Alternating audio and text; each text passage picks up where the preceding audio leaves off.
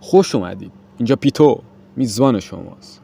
البته معذرت میخوام، به نظرم صدام یکم میلرزه. اونم به خاطر اینه که در اولین برنامه میزبان پزشک لندر و ترامپ کله خرابم. اینم بهتون بگم قبل اینکه بیام وارد استودیو بشم داشتم از صدای دلنشین آقای گلزار لذت میبردم و با آروم‌تر شدنم شد. این چی میگه؟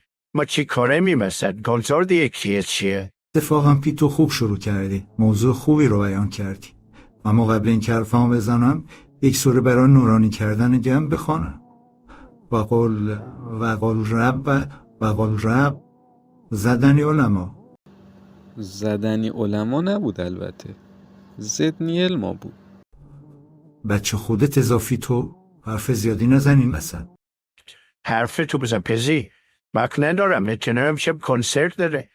باشه ما میخوایم گلزار رو بهتون بدیم و خانم سیدنی سوینی رو برداریم برای خودم.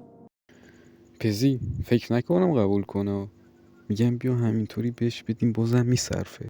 من اسکول فرست یردی پزی. این معامله دلار و ریال میمونه. اصلا و من رشتو میخوای. رشتو میخوای چی کار؟ زورم زیاده میخوام داشته بشه. نمیشه. منطقه کنترل شده است. ما 2 نفر به بالا ببینیم با هم دستگیر میکنیم. شما نمیتونید کنترل کنی. نمیشه. چرا چی شده؟ بابا دیگه تو استخرا 3-3 میشن. نه 3-3 هم نمیشه، 4 میشه. این ترامپ هم اسکول شده، نمیفهمه چیو که. بچه توی چی نگو. آبرو نذاشتی برام. پزشکیان موضوع مهم یادت رفت بگی. خلیج. راست میگه ترامپ کل سرخ. چین رو گنده تر از زن طرف زدی تو. خانمان عربو شدی؟ بله. زورن زیاده. تو 2 روز دیگه هم خلیج عرب میکنه. ببندن تا عقده ای. اوضاع خراب شدش. رفقا اصلا بریم دیس پزشک لندر به عربا رو ببینیم.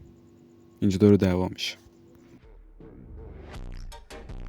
عرب شدی برام گنده. خلیج میخوای بگه دهن بتته. اصالت شورتمون بیشتر از شماست. البته شما خلیج هم داری. چیزی که ما میرینیم رو شده خلیج شما پزشک لندر.